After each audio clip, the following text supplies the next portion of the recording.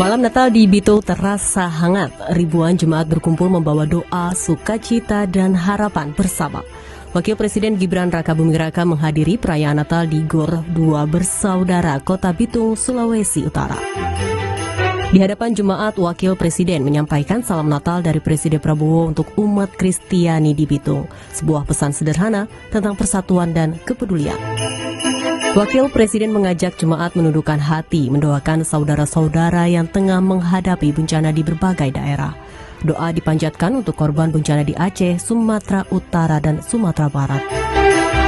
Natal bukan hanya tentang perayaan, tetapi tentang berbagi dan menjaga satu sama lain.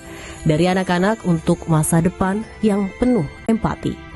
Dalam kesempatan itu, Wakil Presiden juga membagikan kado Natal dan mengajak masyarakat memperkuat toleransi dan kebersamaan.